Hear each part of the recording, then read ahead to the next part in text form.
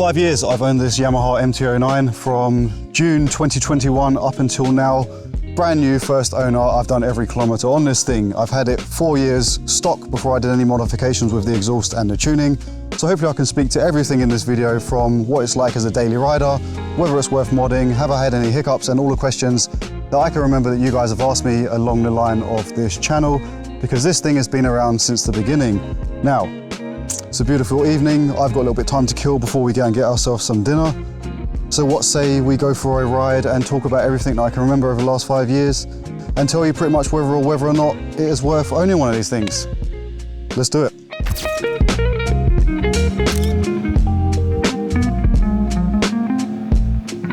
So welcome into this lovely summerish evening.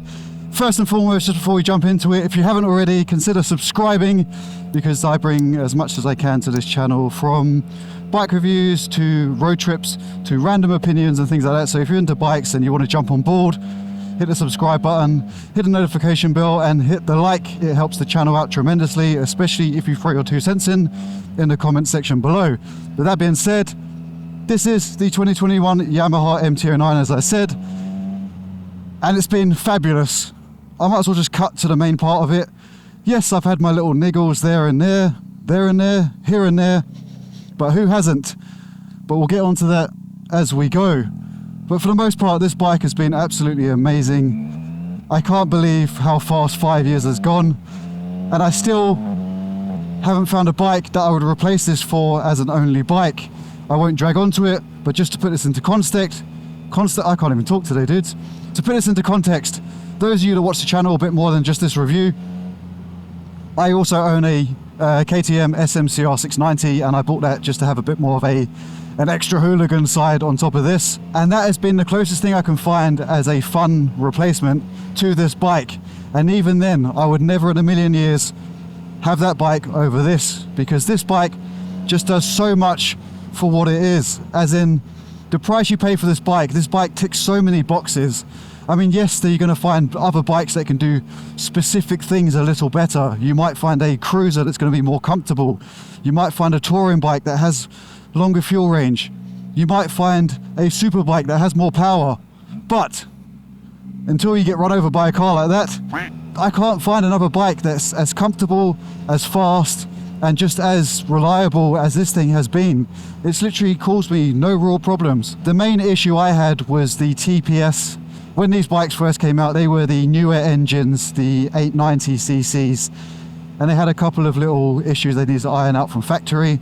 And the only thing they had a recall for was a TPS, a throttle position and sensor, which, to cut a long story short, electronically the bike thought the throttle was in a different position. So all they did was a recall. You took it back to your dealership and they swapped out the part. That's pretty much it. That's not a big deal in my eyes. If you looked at the grand scheme of things, every bike, every car, every gadget that has its first iteration is going to have something. And if the biggest thing you can find is a TPS that needs to be swapped out from a manufacturer, I can think of worse things. I can think of a lot worse things.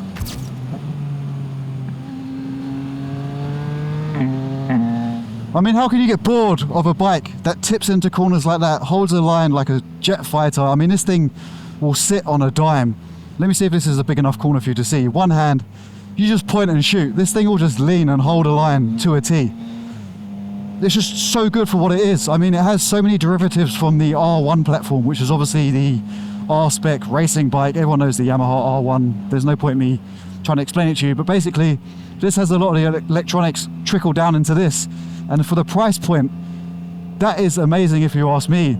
I've done no real major maintenance to this bike. I haven't had to. It literally has been as simple as keeping on top of the oil changes, doing the fluids when needed, and getting it checked over once in a while. And every time I've taken it to my dealership and taken it to a local mechanic, zero issues. I get told, if anything, this is probably one of the cleanest examples, probably because I look after my bikes a lot, and I do know from my own point of view, this bike has been looked after very well. I think we'll take it up here and get away from the cars. I think this is a quieter road. A bit more fun for us. Because this is what the MT09's about. Absolutely tearing the head off it. These things love to be abused. And the RPMs, I barely, to be honest, I short shift all the time. Look,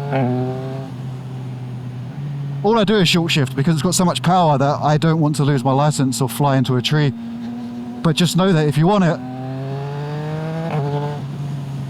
it'll give it to you. But this bike is honestly a bit of everything. It's whatever you want to make of it. It really is the do-it-all of motorcycles. If you want to hoon around on back streets like this, do wheelies, do breakneck speeds, you can do that. If you want to just knock it up into a few gears and cruise along, throw some saddlebags on the back, you can do that also. I throw old wifey, I throw Mrs. Tube on the back of this all the time. We've done long distance rides on this, and of course there's better bikes to do it. But overall, if you can only afford one bike, this will do it. I've had her on the back for like a 6-hour ride, no issues. Look how beautiful this thing just holds a line, dudes.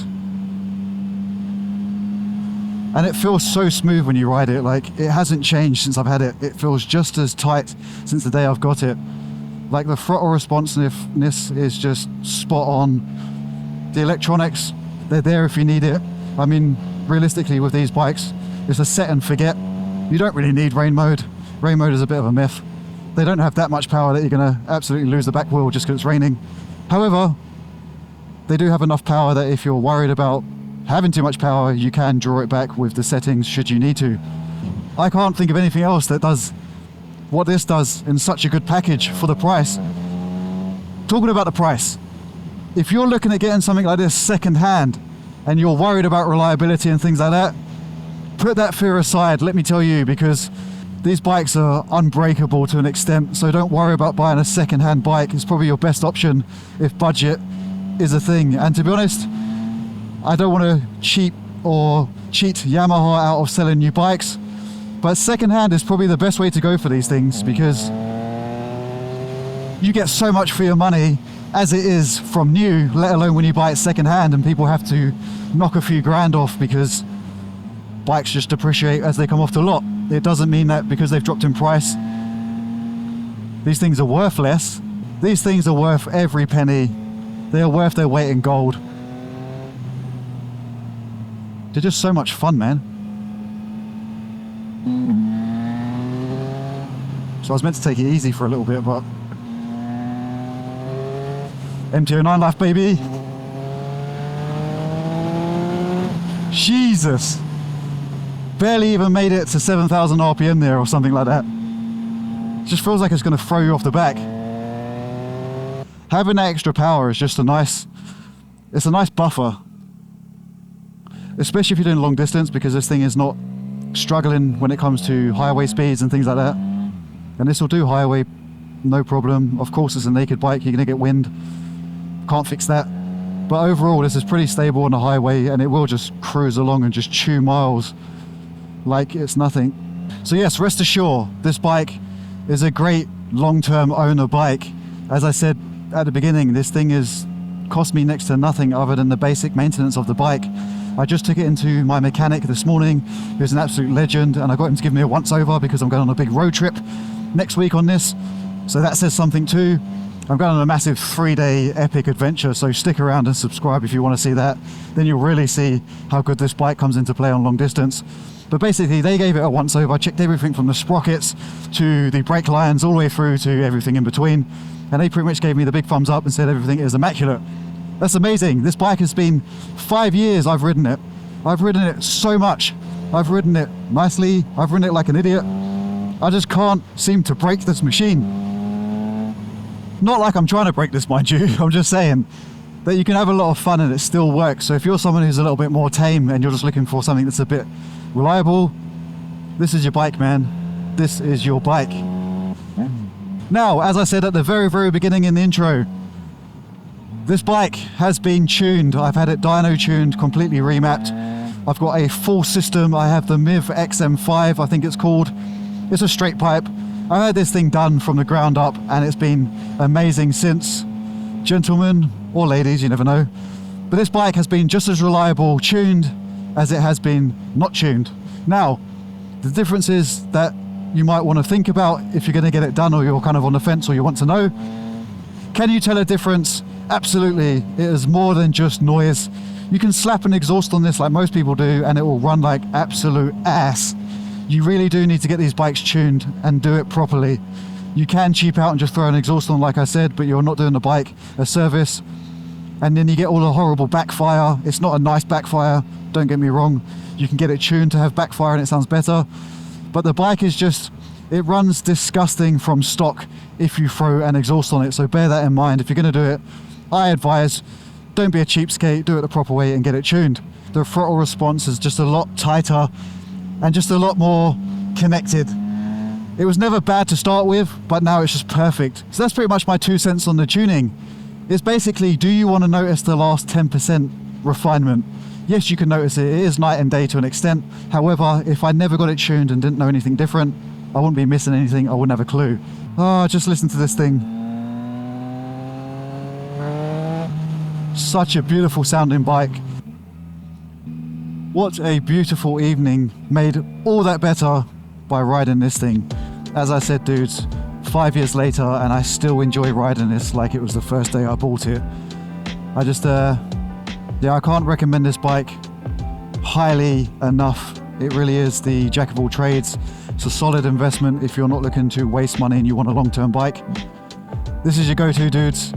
And with that, let me just remind you guys, as I said, like, comment, subscribe. I appreciate every single one of you for being here, I really do. It's awesome to see this little channel grow into something a bit bigger than I thought it was going to be. And with that, let me know if I've missed anything in the comments below and I'll answer as best I can.